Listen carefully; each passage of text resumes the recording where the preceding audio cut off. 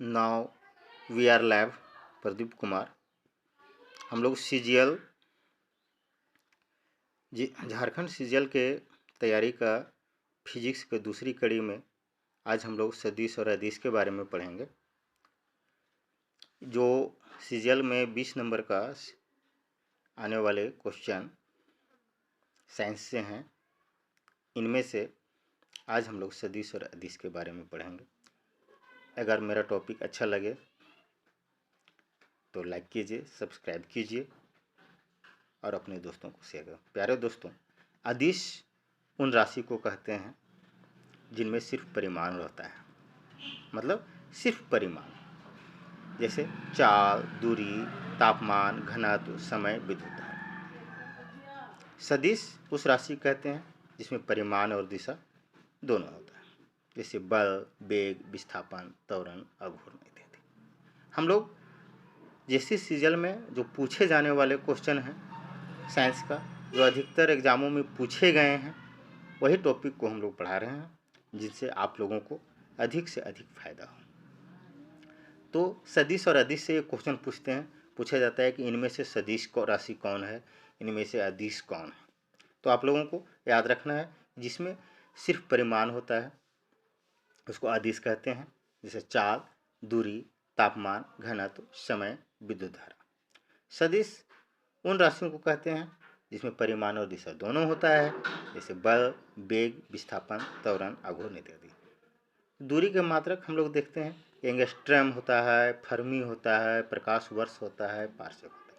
Parsec दूरी मापने की सबसे बड़ी इकाई होती है, उससे छोटी प्रकाश वर्ष होता है, उससे छोटी एंगस्ट्रम होता है और सबसे छोटी फर्मी होता है। एक एंगस्ट्रम बराबर 10⁻⁻10 मीटर होता है, एक फर्मी बराबर 10⁻⁻15 मीटर होता है। एक प्रकाश वर्ष के बराबर 9.46 × 10⁻12 किलोमीटर होता है और एक पार्सेक बराबर 3.26 प्रकाश वर्ष होता है। दोस्तों, ये भी आता है कि एग्जाम में कि दूरी मापने की सबसे बड़ी इकाई क्या है, प्रकाश वर्ष क्या है, प्रकाश वर्ष किसकी दूरी नापी जाती है, पार्सेक से किसकी दूरी नापी जाती है। तो प्रकाश वर्ष और पार्सेक से अंतरिक्ष और पृथ्वी की दूरी, अंतरिक्षों में ग्रहों की दूरी, ये सभी चीज़ नापी जाती है, जो एग्जाम में विगत एग्जामों में पूछ चुके हैं। विराम और गति, जब कोई वस्तु, आप लोग भी जानते हैं कि जब स्थिर रहता है, उसमें कोई परिवर्तन नहीं होता है, उसको विराम कहते हैं, और जब वो समय के साथ एक जगह से दूसरे जगह चला जाता है तो उसको गति कहते हैं। और गति में जब एक वस्तु एक जगह से दूसरे जगह चला जाता है, उसके बीच में जो लंबाई स्पेस बन जाता है होता है, उसको दूरी कहते हैं। और विस्थापन मतलब एक वस्तु को दूसरे जगह पर, मतलब एक वस्तु एक जगह से दूसरे जगह पर चला जाता है, उसमें जो फोर्स लगती है, फोर्स के कारण जो उसमें स्थिति में बदलाव होती है, उसको विस्थापन कहते हैं। विस्थापन धनात्मक, ऋणात्मक और शून्य भी हो सकता है। चाल किसको कहते हैं, जो एक निश्चित समय में कितनी स्पीड से वो चल रही है, एक जगह से दूसरे जगह जाती है। चाल का एसआई मात्रक मीटर प्रति सेकंड होता है। वेग का एसआई मात्रक भी मीटर प्रति सेकंड होता है, लेकिन वेग क्या है, सदिश राशि है। चाल और वेग में अंतर है। चाल में सिर्फ दिशा होती है, चाल में सिर्फ दिशा होती है, चाल में सिर्फ परिमाण होता है और वेग में दिशा और परिमाण दोनों होता है, लेकिन दोनों का मात्रक सेम होता है। वेग इकाई समय में किसी खास दिशा में वस्तु द्वारा तय की गई दूरी उस वस्तु का वेग कहलाता है। औसत चाल हम लोग कैसे निकालते हैं, जितना दूरी चली हुई है और जितना समय लगा है उससे उसको भाग दे देते हैं, उसको औसत चाल कहते हैं। आपेक्षिक और सापेक्षिक वेग दोनों रिलेटिव वेलोसिटी के अंतर्गत आता है।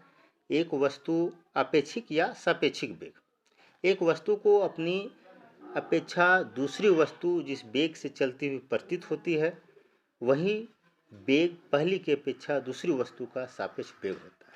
सापेक्ष वेग की विभिन्न स्थितियाँ होती है, यदि दो वस्तुएं समान वेग से एक ही दिशा में चलती है तो इसका सापेक्ष वेग शून्य होता है।